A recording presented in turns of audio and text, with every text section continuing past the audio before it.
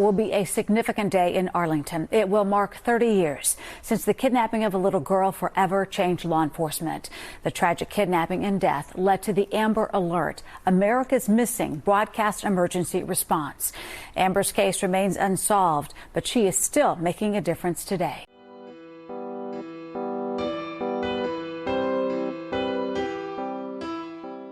It is Sully and Jeana, and this is Kitchen Table Research 2026, where we do the research so you don't have to.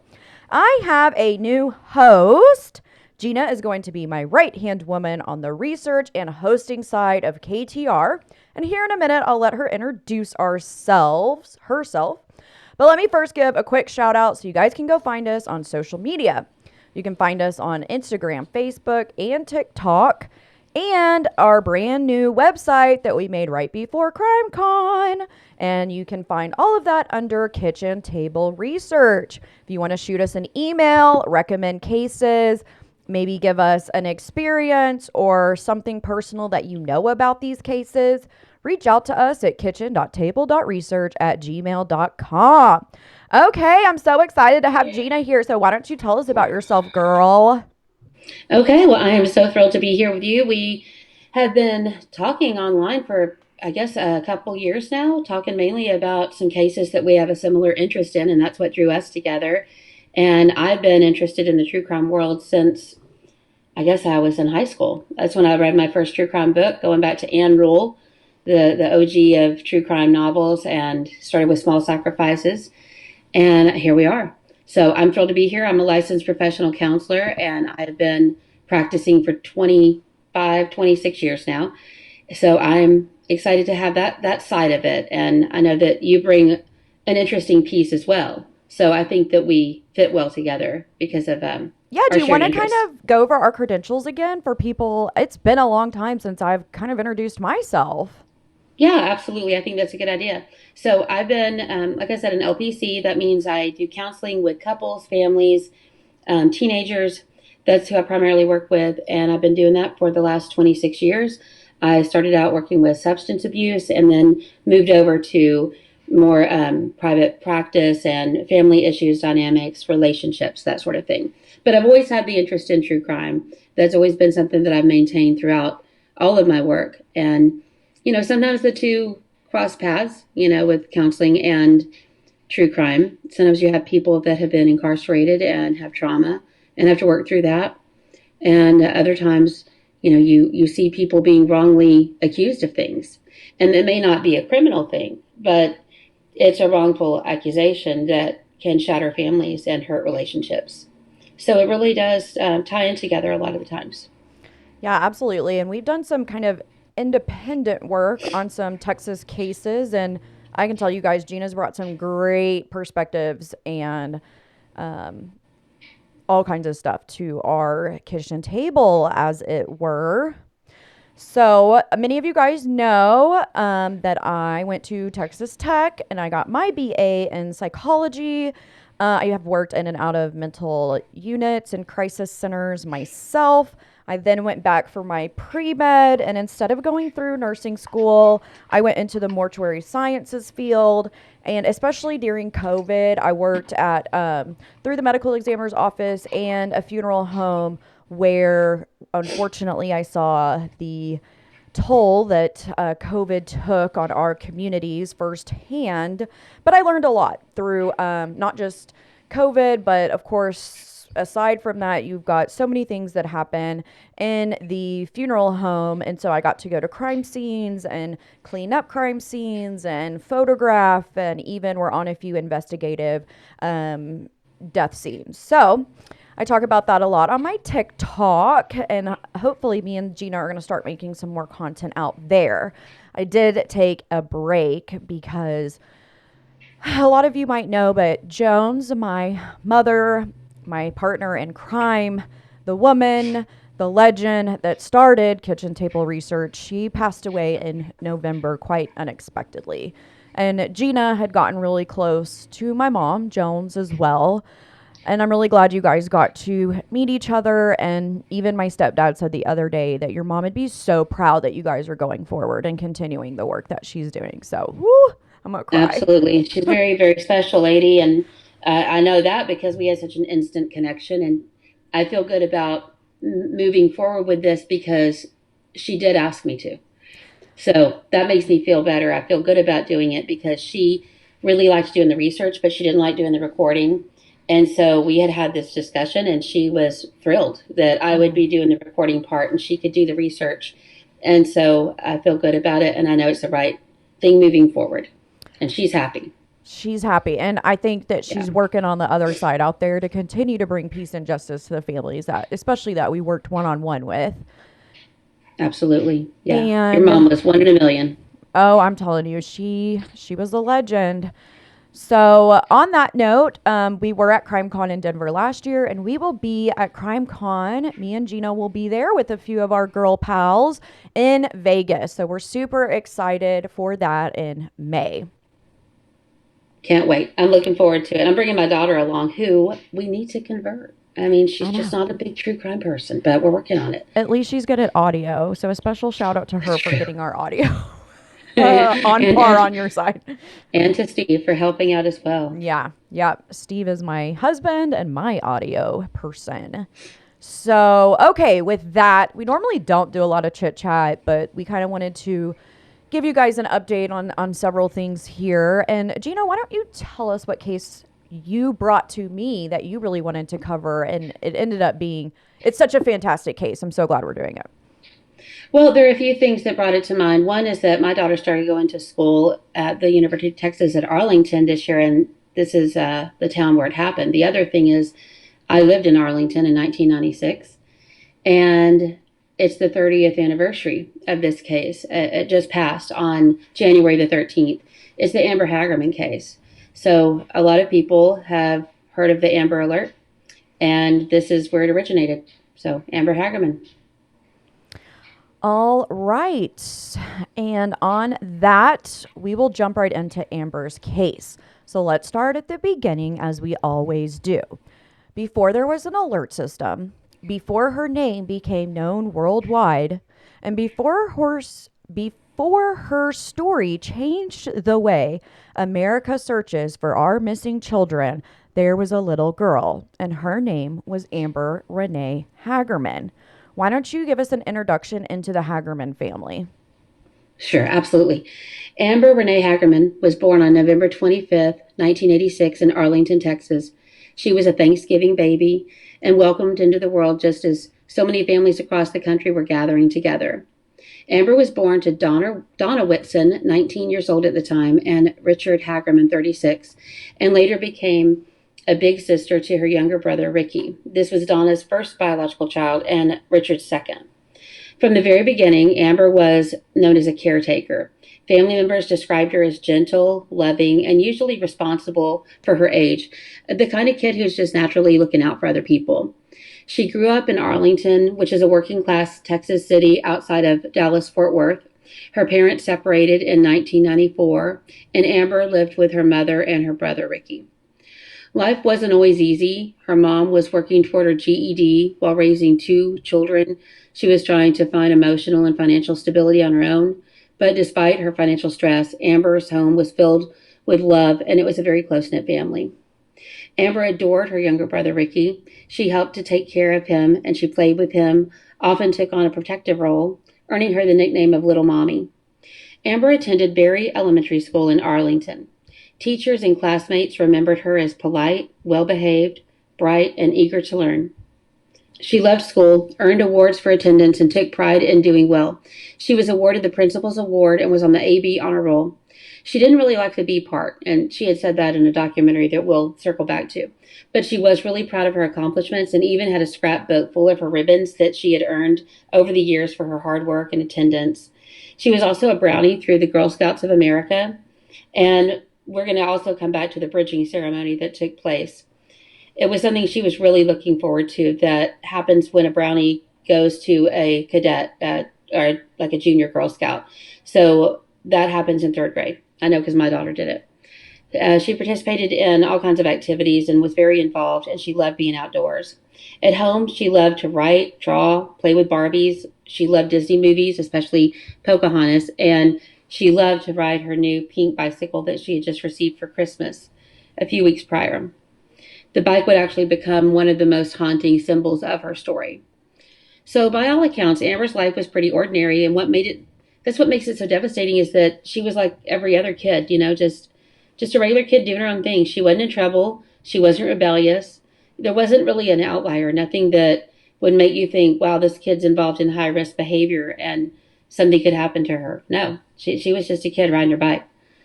So, just a 9-year-old. And can you talk a little bit about where you grew up? Because I talked a little bit about Arlington, but it sounds like you said that you grew up in a city that was similar. Yeah, I grew up in Carrollton, and as we know, it's not just Amber's 30th anniversary, but it's going to be the Rotier boys as well. And so all of this is happening in the Dallas DFW area.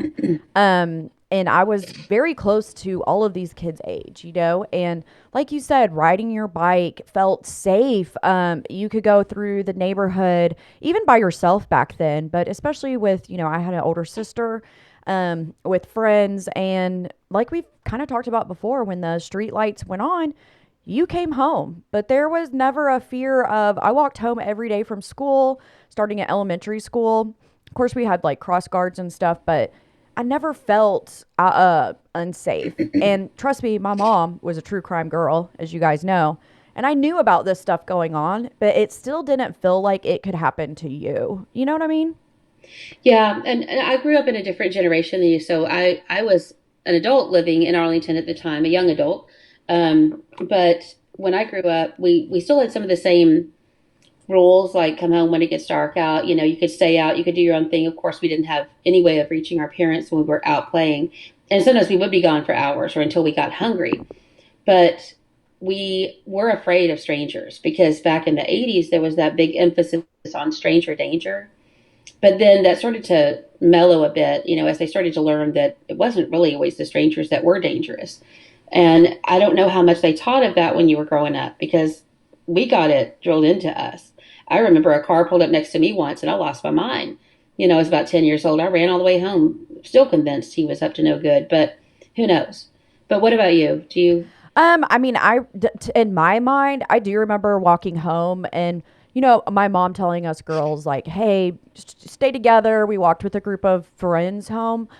But in my mind, as far as like a kidnapping would go, it'd be like, don't take, candy from strangers. Don't go into somebody's house and pet an animal. And that's not what happened to Amber. Don't you know get what lured. I mean? Mm-hmm. Yeah. And so in my mind, even as a kid, I'm like, well, clearly if I follow the rules that my mom put down for us, nothing would ever happen. Like I'm never going to go up to a van or walk around the corner with somebody I don't know away from my friend group. I do think there was a lot of false empowerment that was bestowed upon kids that, okay, just say no or just run away. Like it's not that easy. And you'll see in this case why. Well, and as we get into some statistics, it's also fairly unusual to be abducted by somebody that is not your family. So again, you felt like you were in control of what we're going to find out is a pretty uncontrollable situation. Yeah, absolutely. That's what's so scary. There's not a thing she could have done. So it was 1996, and Arlington, Texas was a familiar, fast-growing suburb tucked between Dallas, Fort Worth. It was a place of grocery stores, apartment complexes, and neighborhood streets where kids rode bikes and parents believed that their routines were safe. It's the home, like I said, of UTA, a university in the middle of town with over 41,000 students currently. It's the home of the Texas Rangers, Six Flags Over Texas, and the Texas Motor Speedway. Now the Cowboys have a stadium in Arlington, but they were still in Irving back in 96. Yeah, and I remember frequenting these places as well. Of course, we went to Six Flags. My dad used to even take me to the Texas Motor Speedway. And when I was looking at some geographical kind of data, a lot of these places were actually the main employers of said families like Amber's. Her mom didn't necessarily work at this, but the large stadiums, the university, UTA, and Six Flags employed a lot of these middle-class families. So it's kind of the area that we're looking at today, okay? Right, and it was a working-class city, but it was not known for tragedy. It was known for normal life. It was safe when I lived there. It was known for the Rangers, like the Rangers baseball team and Six Flags. That's what you went to Arlington for. Yeah, I never once felt like I was in danger when I lived there until, of course, this happened. And then I didn't feel in danger, but I felt like it changed my sense of what Arlington was. Did you lock your doors yet?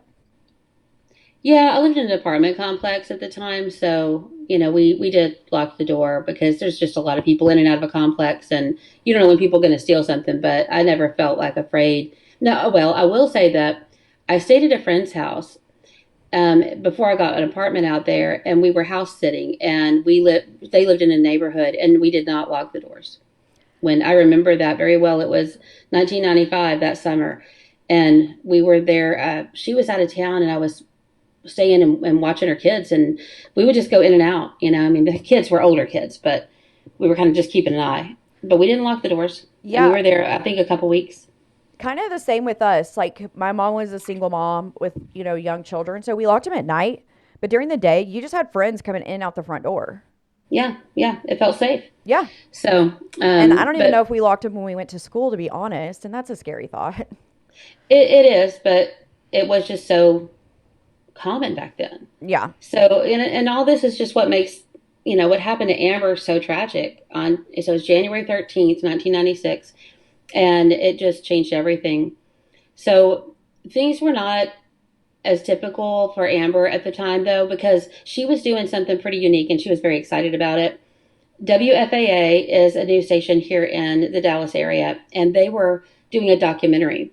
And they had actually approached Donna and asked if they could film her and her family for this documentary about women trying to get off of welfare. And Donna was working really hard and successful. So they wanted to film her life, and they had hours and hours of footage of Amber and her family. And so that was really unique when all of this happened. So I do believe that we have a clip that we want to play for you of Donna doing her best to get off welfare, beginning a career as a medical assistant. And even though this documentary, as it was supposed to be, never aired, there was one that was created called After Amber, which can be found on YouTube. And I highly recommend watching it. It's phenomenal. I don't know why I'd never seen it before, but we're going to insert a clip from that right now. Going to school is my only option, my only ticket out of my situation I'm in, so I get a better training for a better job. So as you guys just heard, this documentary would become crucial after Amber's abduction.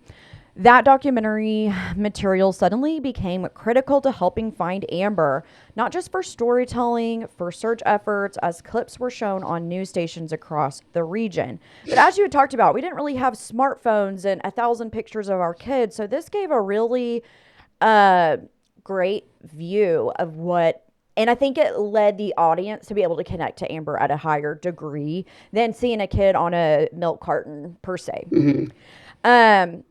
So filmmakers also had gotten very personal and intimate footage of Amber and her family, and the producers had gotten really close personally with the family. So they chose, the WFAA chose to not have any exclusive broadcast rights, and they prioritized the search and sharing the footage all over different news networks so that Amber could hopefully be found.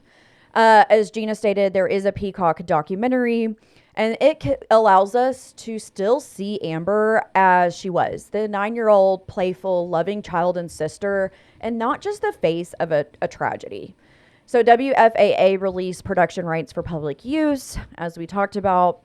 And this shows how close the community really was, how the production crew had become close to the Hagerman family, and just the day in, day out regimen and family dynamic of the Hagerman family.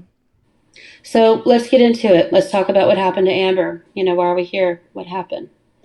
So it's January 13th, 1996. It was a Saturday, and it was a holiday weekend. It was Martin Luther King Jr. weekend. And it started out as a normal day full of errands and really fun with Amber, her mom, and her little brother, Ricky. They started out by having lunch at one of Amber's favorite places, Burger King. And then Donna took her kids to the park where she let them play and she watched them. After that, they went and delivered some Girl Scout cookies and finally went to Donna's parents' house.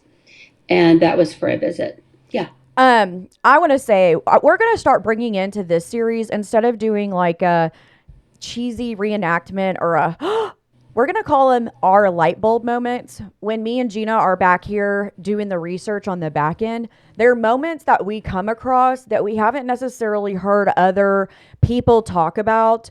And because this year we were doing research on Martin Luther King Day, Jeana came up with this great light bulb moment that Monday would have been a holiday, and that is going to possibly affect our timeline as Amber's body would be found later on. So we'll circle back to that. But that was a great catch. Wait. I just had one. Okay. Back then, so see, I was working back then, but you were too little. And I don't remember starting to celebrate this holiday. I don't remember it being recognized. Like when I was growing up, I don't remember having the day off. When I looked it up to see when it became recognized, I really thought it would have been much later than when it was, because I thought, I don't remember getting that day off. And that's what a kid would remember, is the day off. And even in college, I don't remember it being a day off. So I wonder, was it only recognized federally?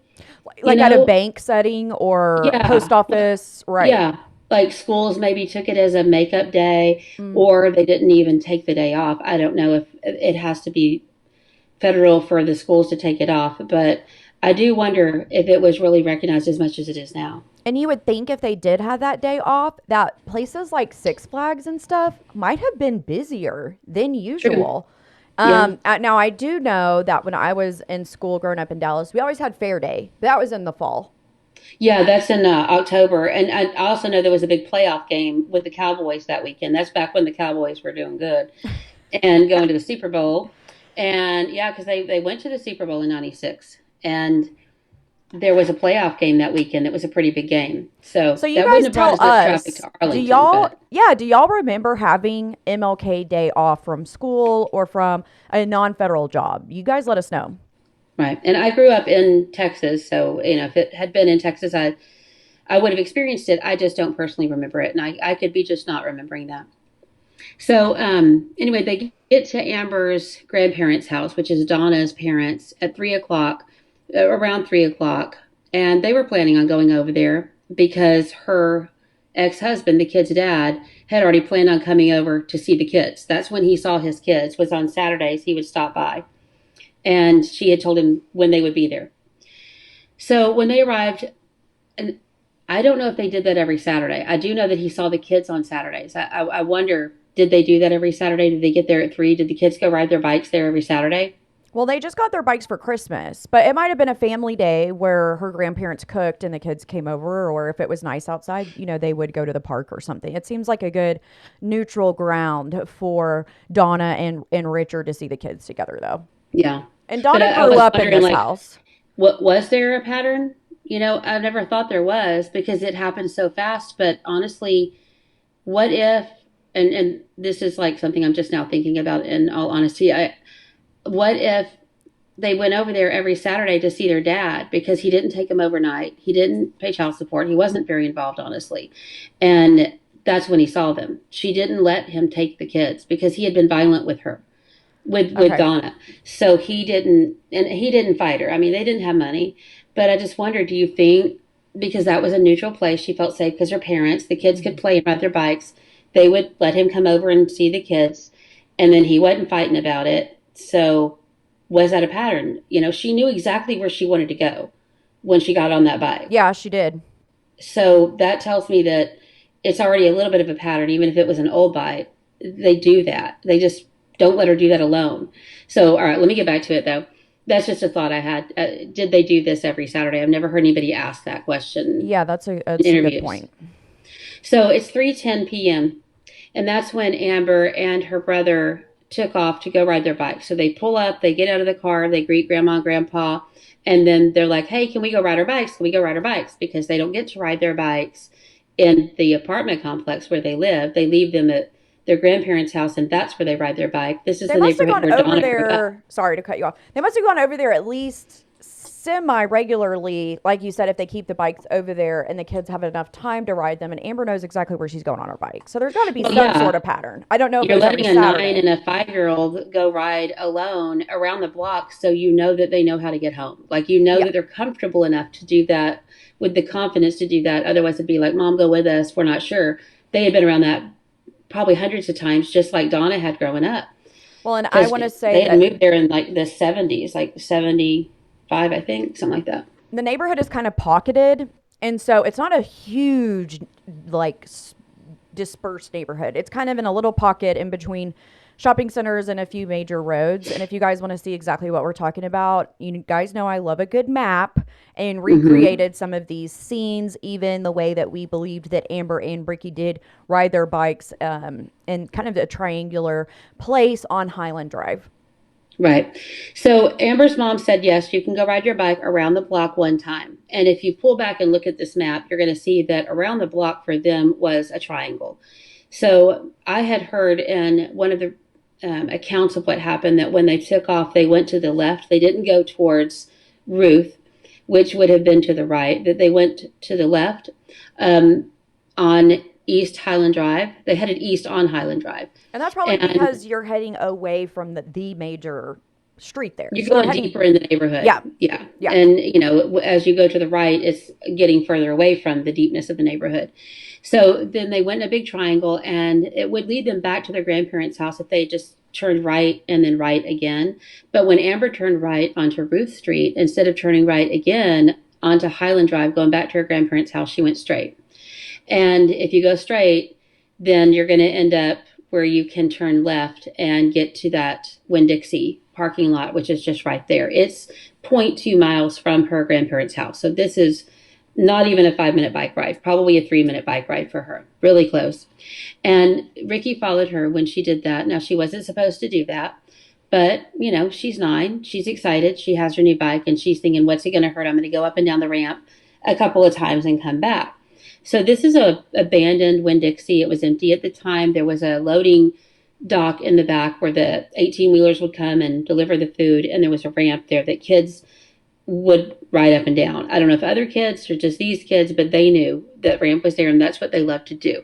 So Amber said that she was going to ride up and down the ramp. Her brother rode up and down the ramp a couple of times, and then he got nervous because they weren't supposed to be there. So he's like, Amber, I want to go home. And she's like, okay, we'll go. I'll be right there. I'm going to do one more ramp, you know, and so one more ride. And then when he went home, he went on and he pulls in the driveway with his little bike, and grandfather's out working on a car. And he's like, where's Amber? And Ricky said, she's at the Winn-Dixie. And he's like, go get her. She's not supposed to be there. Go get her. So again, no alarm bells go up. Just says, go get her. And so Ricky goes back to get her at the Winn-Dixie. And when he got there, you know, she wasn't there. I'm not sure exactly what he conveyed to his grandfather when he went back home, but we do know that he went back home. So we're going to move to. Before we get into the next part, because Amber probably would have seen other kids riding on this ramp. Maybe it wasn't necessarily a pattern that Ricky and Amber were there every Saturday, but that kids did frequent this ramp, because honestly, it's something I would have rode on my bike if that was in my neighborhood. So we are going to get into some profiles about how we think this abductor came to be, specifically at the Winn-Dixie. Maybe it was common for kids to ride their bikes in this area.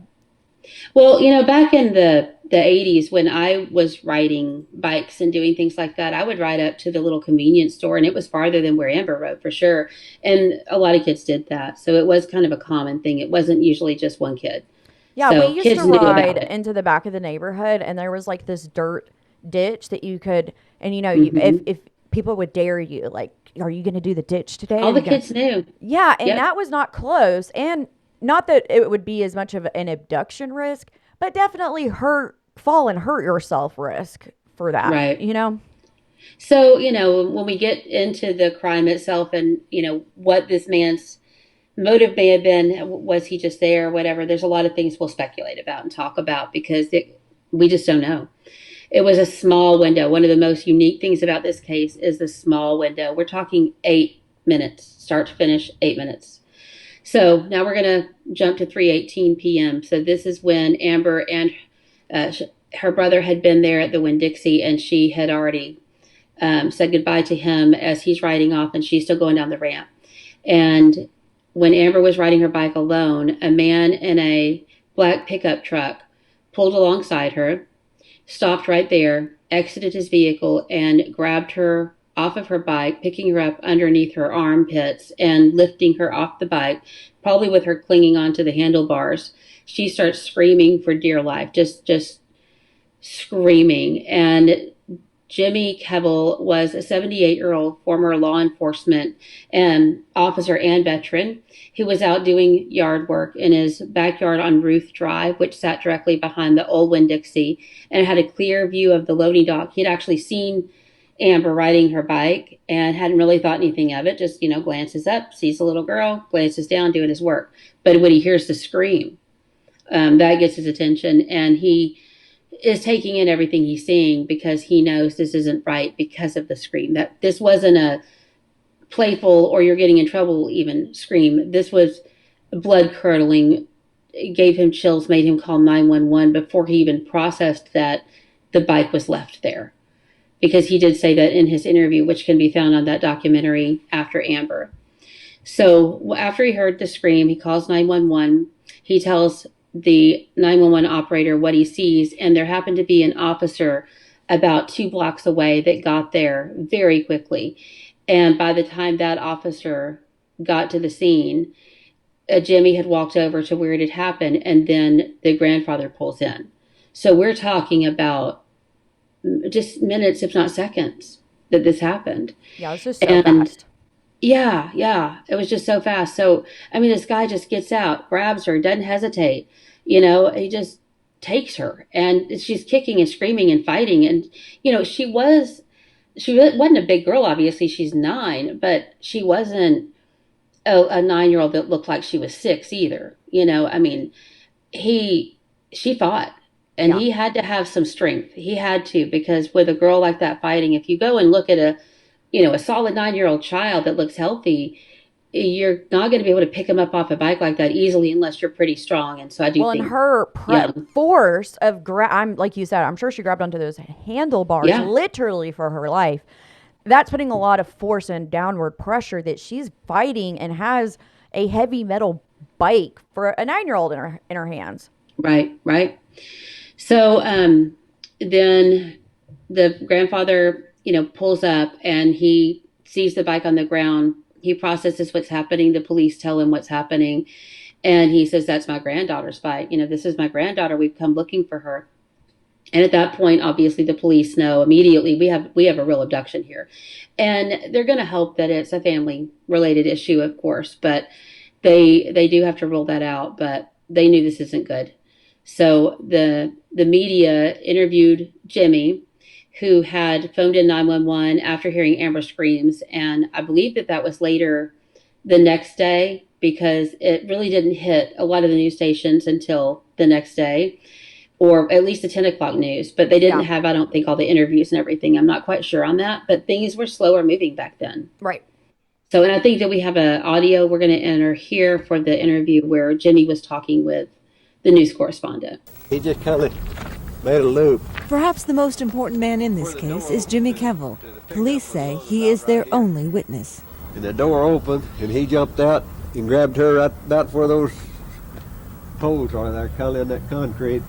He caught her under her arm, grabbed her up, turned this away, and brought her right back and put her in the truck. Yeah. So he had said, I saw her riding up and down. It might be a little hard to understand. I saw her riding up and down, talking about the vacant area, the loading ramp. He told the reporters she was by herself. I saw this pickup. He pulled up, jumped out, and grabbed her. When she screamed, I figured the police ought to know about it, so I called them. I wish I had known more. I'd done all I could do. And he was really guilt-ridden, even though there was nothing he could have done. If he had broken out in a run, he wouldn't have been there in time. He did more than a lot of people would have done by automatically calling and not just assuming this is, a kid getting in trouble. He knew something was off. Yeah. So the only thing that was left behind was her little bike that was laying there on the ground, her little pink bicycle. And so after the abduction, the immediate police response, was that they showed up, they started interviewing witnesses, which was just Jimmy at that point. Somebody stepped forward later and said that they had observed a black pickup truck in the parking lot 45 minutes prior, but we haven't been able to find that person's name. But that was the only other witness. If it's the same truck, we don't know. Okay. And then the next thing that had to happen was Donna's dad, who's there with the cops, said, I'll go get my daughter, which is Amber's mother. And he knows he's going to have to go home and tell his daughter that her baby has been taken by a stranger. That's terrible. Just unbelievable. So he goes to get her, and I don't know if they let him go alone, but I think they did. I think they just said they were wanting to look at the crime scene more and go get her. So he goes to get her.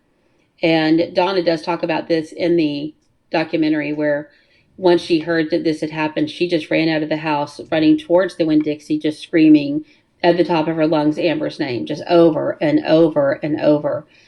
And I don't know if he picked her up and took her the rest of the way, or if she ran all the way to the Winn-Dixie, but that's the image, was her just, and people coming out, like neighbors that have known her whole life, peeking out, coming out front, what's going on, what's happening, what, Amber?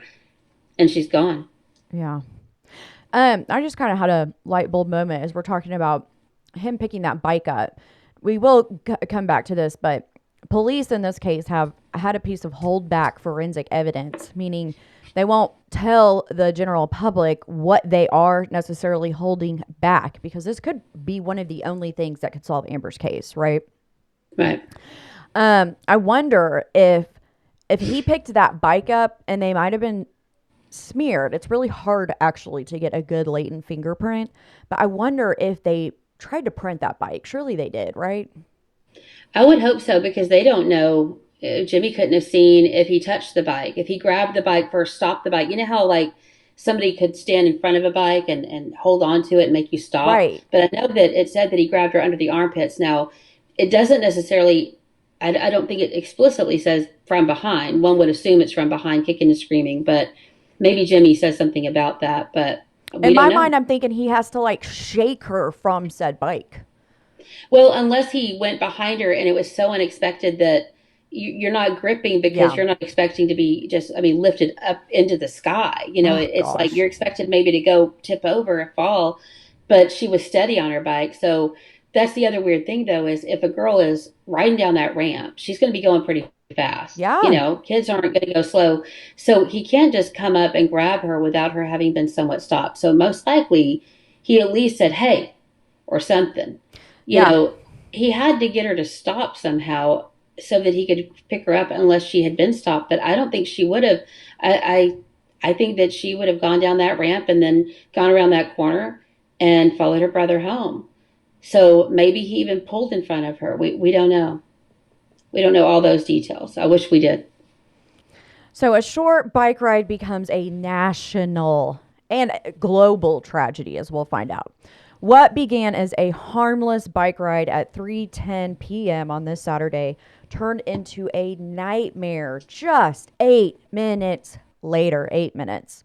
Amber was forcibly grabbed from the bike, showing how fast and devastating child abductions can be. A chilling reminder for our listeners. Amber's pink bicycle lying on its side in the empty parking lot. No Amber, no truck, just silence. Now, in the meantime, officers responded in only a way I can state is perfect as an investigation could be, especially with time, especially back in the mid-1990s. They really went all out. So officers searched nearby streets, alleys, drainage ditches, abandoned buildings. I'm sure they put a be on the lookout, a BOLO, or an all points, a bulletin out for said black truck. But as we know, this truck doesn't necessarily have any custom or specific identifying features. And here in Texas, a black truck is a dime a dozen. So a description of the suspect's vehicle goes out, as I said. But there was a problem, because in 1996, we did not have the cell phones that we know today. They were around, but not like today where you've got a smart screen and stuff is popping up and you've got news coming through your phone. There definitely was no social media and no instant mass notification systems. So by the time information reached the public, precious time had already ticked away. And as the sun went down in Arlington, Amber's family gathered, just waiting, hoping, and praying. Her mother, Donna, later said the hours felt endless. Every phone call brought hope and then heartbreak. Volunteers joined police, searching through the night with flashlights, calling out Amber's name. But as we stated, as the sun went down, one truth became impossible to ignore. Amber was gone, and Arlington would forever be changed.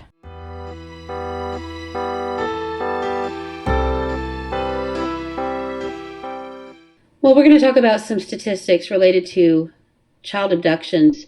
The first 24 hours after a child is abducted, those are the most critical. Investigators worked through the night on her case because of that, interviewing witnesses, canvassing the neighborhoods, retracing Amber's final bike ride. But leads were thin. There was no license plate, just a black pickup, and a white or Hispanic man who was described as being around 25 years old or older. What they did have was something unusual, something that would soon change everything. Because remember when we talked about that documentary that they were filming on the family? Mm-hmm. Well, that's when this comes into play. It was important because this was a plea. And like you said, people didn't have videos like they have now. If you had anything, it was one of those really old, cringy, grainy type of videos from like a family Christmas where you can kind of see the kids waving and it's grainy, but not with her. No, they had something that was good enough to put on the news. It was crystal clear, and you could hear Amber. You got to know her sweet little voice and personality when they aired clips and, were pleading with people to look for her. So the next day, January 14th, Arlington woke up to the nightmare that she had been taken and her face was everywhere on the television, on flyers, on the front page of the newspapers. She was 9 years old, had gone for a bike ride and never came back. And everybody was shocked. They just couldn't believe that such an aggressive stranger abduction had happened in their safe community. Nothing like this had ever happened in Arlington. So law enforcement would later say that they believed that Amber had been alive for up to 48 hours. And, the 48 hours does come into play with statistics. Most children are killed within that time frame. But in those first 24, nobody knew that. All they knew was that she was missing, the family was shattered, and time was slipping away. 4 days later, police would make a discovery that ended all hope, and it began a movement that would change child recovery forever. Sully, can you tell us a little bit about how stranger abductions, give us some stats about that and how common they are? Yeah, so I'm reading off the keepyourchildsafe.org. They've got all kinds of statistics for car safety, gun safety, but I am specifically on the child abduction facts and statistics. Unfortunately, around 750,000 children and teens are reported missing to police departments every year. Now, thankfully, most of those children come back safe within the first 24 to 48 hours. However, stranger abductions, which is what Amber's case falls under, are extremely rare. Less than 1% of children are taken by a complete stranger. But in my opinion, that would be the scariest because as a parent, there's a motive to keep said child alive. It's normally a custody issue, a domestic issue. And luckily those kids are returned safely. And then the other part of those, especially as you get into the teenage years, are going to be runaways that come back to the home safely. Now, women do make up a good percentage of especially infant abductions. And again, those children are typically given back safely.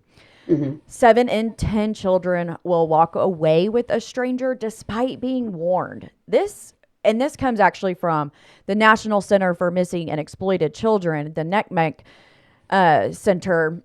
And so their message in this statistic is the don't talk to strangers isn't really enough. So as we stated earlier, the, hey, come pet my kittens in the back of my van, or I've got candy for you.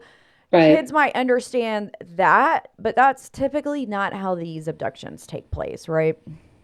Well, that's how I was taught growing up because they showed a film. Mm-hmm. And every year, okay, can I tell a little side story here? Absolutely. So when I was growing up, I kid you not, this is a true story.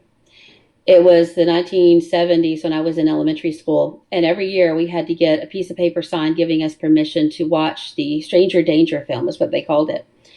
But I found this film later in life. It had always stayed with me. It's always stayed with pretty much everybody I went to elementary school with. They've either blocked it out or they remember the same haunting things that I remember about it. And we would all gather, the entire school that got their permission slips signed. If they didn't, they had to go sit in the library. I always got mine signed because I wasn't going to go sit in the library. I was going to watch this. This is where my true crime interest probably really peaked. And they would show this film about these two little girls playing hopscotch. And then the stranger offers them a jelly bean. He has a little bag of jelly beans. And the third little girl, you know, she's like, I'm not going to take any. But the other two, they take them and they go get in his car with him where he wants to show them his puppies. Okay, so it's all that very stereotypical. This was made in the 1960s, by the way, by the Highway Patrol. And they made this video. So it's all about these little girls getting kidnapped and getting murdered. Now, it's called The Child Molester. And if you look up The Child Molester and you put in like Highway Patrol, it'll come up. You'll find it. And the crazy part is at the end, they inserted real footage of two dead little girls that had been kidnapped and murdered in, I believe it was, I want to say it was Kansas in the 1960s. And it was very obvious these were real bodies. And then at the very end, they showed one of the little girls' tennis shoes floating down the creek with that hopscotch song playing in the background. Yep. Oh, no. We should find that song and put that in here. But that's what they did to us, you know, back then. That's how they taught us. Stranger danger was getting lured.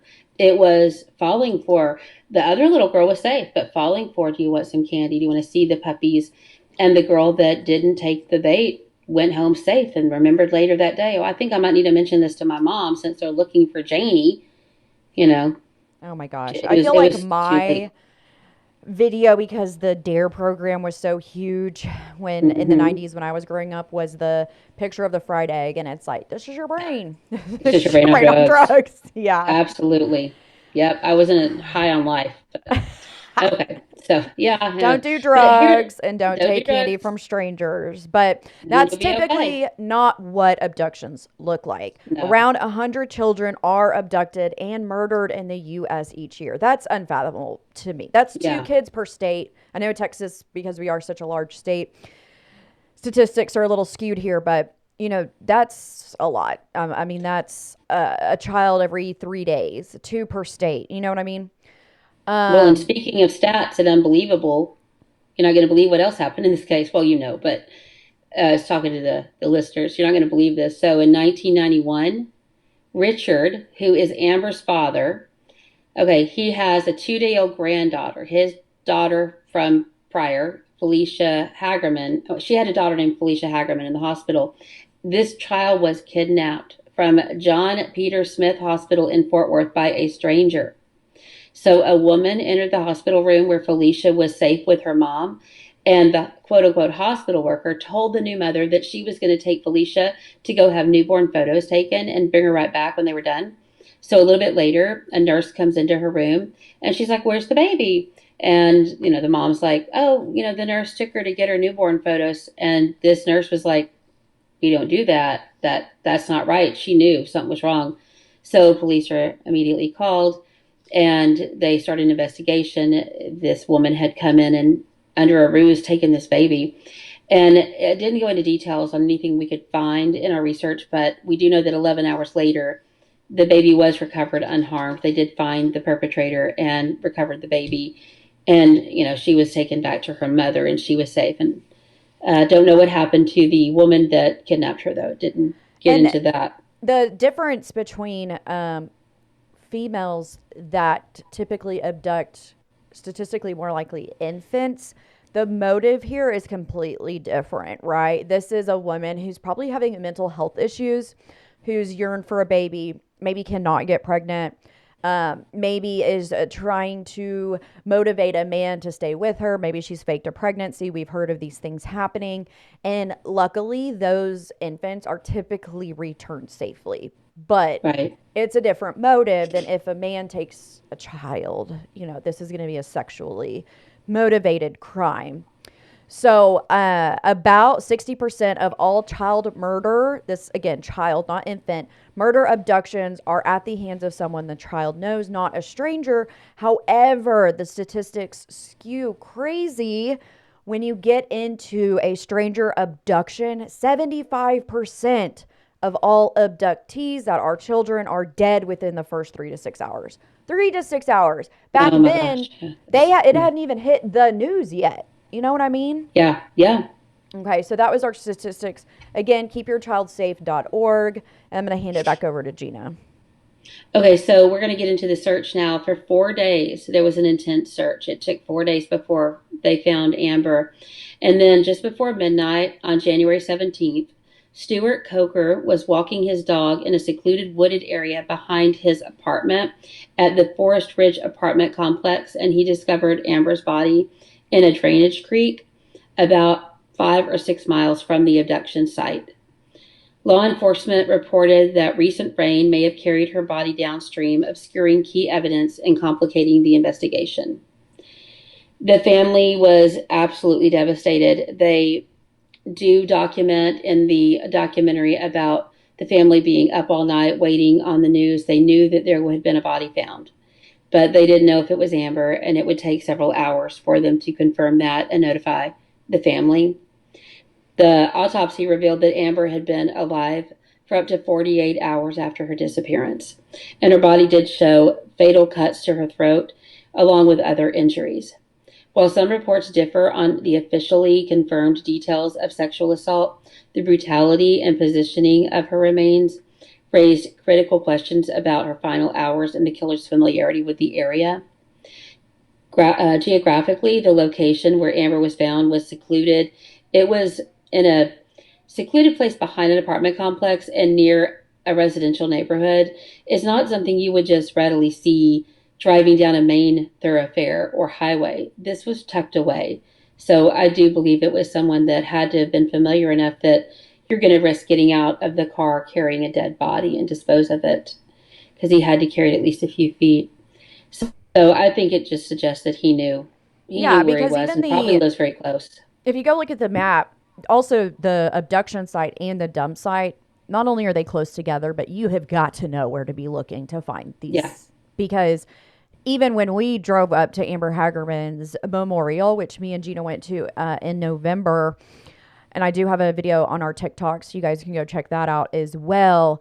Even from the main road, if you don't know that the memorial site is there, you're not going to just come upon it, because that Winn-Dixie is still vacant to this day. Well, and the memorial is facing the main road. I think it was Abrams, but the memorial is actually facing that. But the ramp was facing the other way. So the ramp itself, where you're going to see that activity, is perpendicular. It's perpendicular to the memorial, which is parallel to Abrams. So, it's definitely something that I think somebody grew up around here or had been here for quite a while and was very familiar. So were you able to pull that autopsy? No, I mean, probably fortunately, minors are not typically available, especially here in the state of Texas, but I will tell you what I did find. The Tarrant County medical examiner ruled Amber's cause of death by as homicide by severe lacerations to the throat, concluding that the suspect used a knife or sharp object, possibly even a flat-headed screwdriver, which severed the main arteries in her neck and throat. Now, she would have bled out in just a few minutes. I also read that the laceration was so deep that it's kind of called an internal decapitation, but even externally, it was so deep, and she's a 9-year-old little girl, it almost decapitated her. Now, Amber was found, pretty gruesome there. Amber was found completely nude except for one sock. It was the same sock that she went missing in. Her clothing has never been found. her body being placed in the river, which was a small tributary to the Trinity River. Again, you can tell on the map, this is so tucked away, almost in between, backing up to apartment complexes in between neighborhoods, is kind of how this drainage ditch little piece of this river is flowing. So the other sock has never been found either.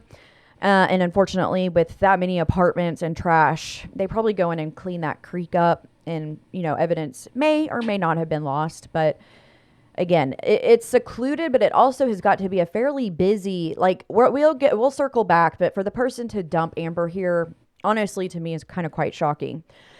Now, Amber did have notable bruises and injuries, concluding superficial trauma pre-mortem, possibly from him grabbing her or tactile control within those first few minutes of the abduction. However, again, we'll circle back to this. No ligatures or bindings were used to restrain Amber, and she was alive for 48 hours. So we're going to get into how we think this abduction was carried out for the next 48 hours. Again, the creek unfortunately would have washed away any trace. Forensics and sexual assault could not be ruled out by the medical examiner, but he did state there was no notable penetrative rape that could be concluded. So let me ask you a question then. I'm a little confused as to why you can't tell in an autopsy if this little 9-year-old child has been raped. It just seems like that would be pretty obvious. So with your experience having been involved in autopsies, why? Yeah, when somebody is placed in water post-mortem, the body is going to, in a sense, swell. For instance, the inner structure of her throat where it was slit, the subcutaneous fat and inner structures of the throat are going to perfuse out of the body. This is also going to affect the mouth, the tongue specifically. Small animals will predate, like turtles and fish, whatever is living in this river, are going to predate on some of these features. And this also is going to apply to the anal and vaginal cavity. Pretty kind of gruesome stuff. It was something that happened in the West Memphis 3 case, with the snapping turtles and the mutilation that they, misinterpreted as satanic. And they go for these, meaty, easily accessible kind of bits on the body. Mm-hmm. So as you stated, the stomach contents were concluded as empty, indicating she was not even fed while being held captive. This is a quote from the medical examiner there in Tarrant County. Some secondary sources and unofficial accounts state that Amber was sexually assaulted prior to her death. However, official police and medical examiner statements have been cautious or inconclusive about publicly confirming this. Some reports cite media narratives or investigative summaries, but there has been no definitive public release of the medical examiner's report stating outright that she was sexually assaulted. And even now, this is 30 years ago. Now that DNA has become so much more accessible and we can use micro-trace DNA, it could have been maybe concluded today. Could have. But back then, it would have been really just probably not attainable to really know. So do you have any questions about the autopsy, or do you want to get into profiles? Well, I think that I'm confused also about the neck wound, and maybe you answered it with the swelling and the water, because I don't understand how you couldn't differentiate a screwdriver. Like, why do you think they would have suggested possibly a screwdriver? That's just such a different type of wound, I would imagine, than a sharp knife.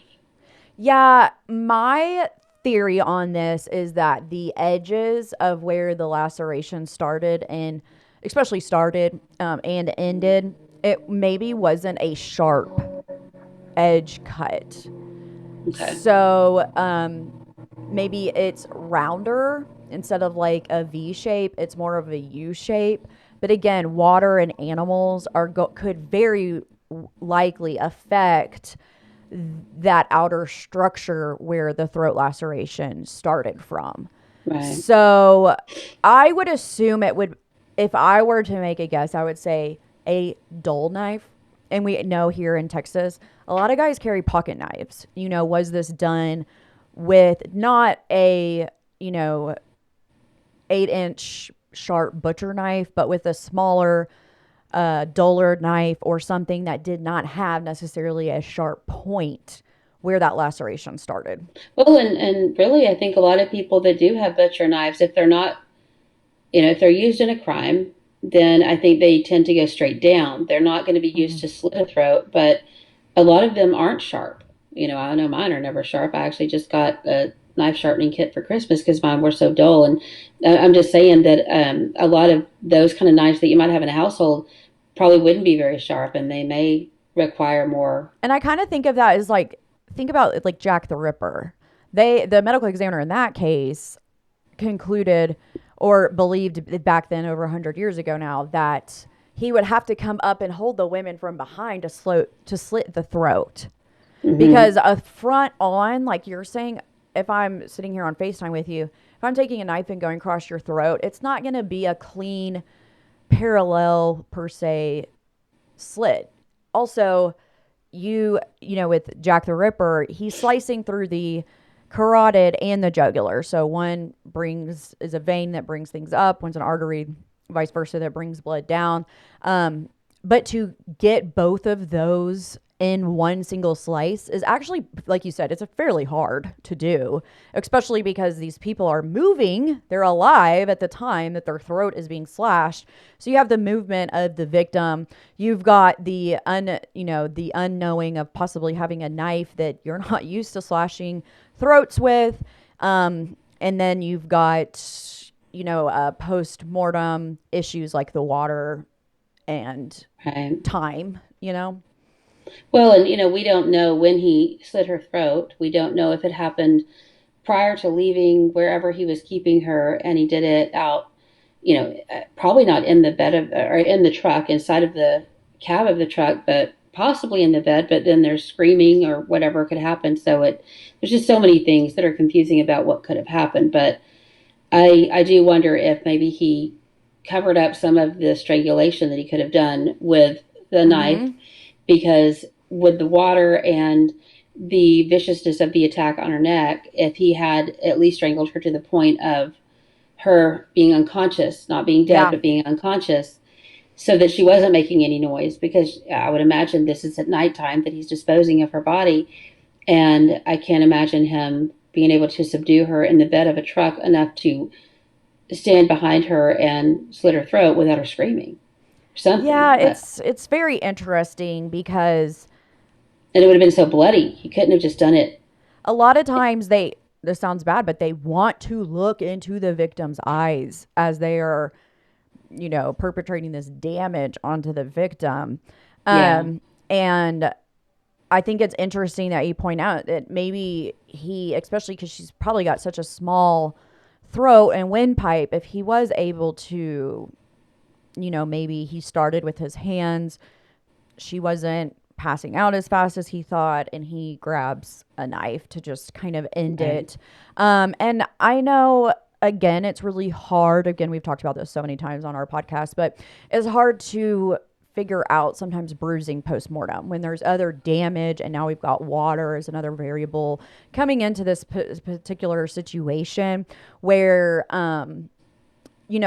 sometimes they can lift the skin up and see if there is muscular, kind of damage, or as we know, petechia, blood vessels being cut off due to lack of oxygen. The autopsy does not specifically state that, but he might not have been able to strangle her to the point of passing out or asphyxiation, as you would. Well, and at the same time, if he did have her for 2 days, like they say, by now, she's going to be very compliant, most likely, with whatever. I mean, she'll be quiet if he says be quiet, most likely. She's not kicking and screaming. And the toxicology report came back negative, so we know that he did not subdue her with drugs or alcohol or anything like that. So, good to know. Okay. Well, I can't wait to get into our profiles because me and Jeana each did a profile, and I cannot wait to speculate wildly as we do. But do you want to take a break? Because I can hear. Let's do that. I can hear your sink.